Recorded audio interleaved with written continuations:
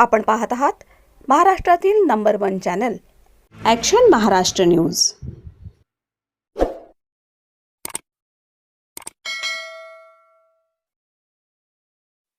नमस्कार, action Maharashtra news चॅनलमध्ये आपलं सगळ्यांचं स्वागत आहे।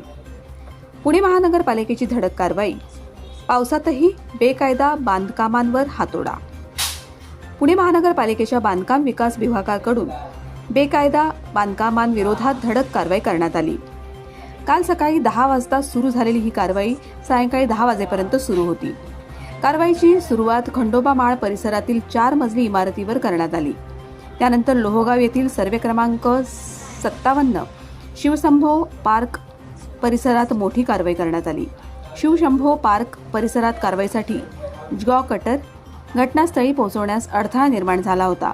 रस्त्यावर मोठे दगड, रॉबविट आणि इतर साहित्य मोठ्या प्रमाणात असल्यानं जॉ कटर घटनास्थळी नेण्यासाठी रस्ता मोकळा करणं आवश्यक होतं।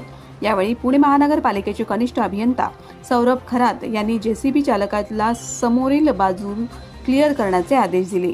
त्यानंतर जेसीबीच्या सहाय्याने रस्ता मोकळा करण्यात आला। तब्बल अर्धा तासाच्या प्रयत्नानंतर जॉ कटर घटनास्थळी पोहोचला आणि त्यानंतर बेकायदा बांधकामांवर धडक कारवाईला सुरुवात झाली। सतत पाऊस सुरू असतानाही पुणे महानगरपालिकेची कारवाई थांबली नाही। पावसाची पर्वा न करता सकाळी 10 वाजल्यापासून सायंकाळी 6 वाजेपर्यंत ही कारवाई सुरू होती। या कारवाईसाठी कनिष्ठ अभियंता सौरभ खरात त्यांच्या नेतृत्वाखाली पुणे महानगरपालिकेचे 15 कर्मचारी आणि 10 पोलीस कर्मचारी तैनात करण्यात आले होते।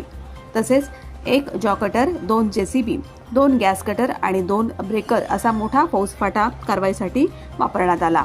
दरम्यान नागरिकांनी कोणत्याही प्रकारचे बेकायदा बांधकाम करू नये असे आवाहन कनिष्ठ अभियंता सौरभ खरात यांनी केले आहे। बेकायदा बांधकामांविरोधात यापुढेही अशीच कारवाई करण्यात येईल असं प्रशासनाकडून स्पष्ट करण्यात आलं आहे। पुणे महानगरपालिकेच्या या धडक कारवाईमुळे परिसरात मोठी चर्चा रंगली आहे। Action Maharashtra news, Pune.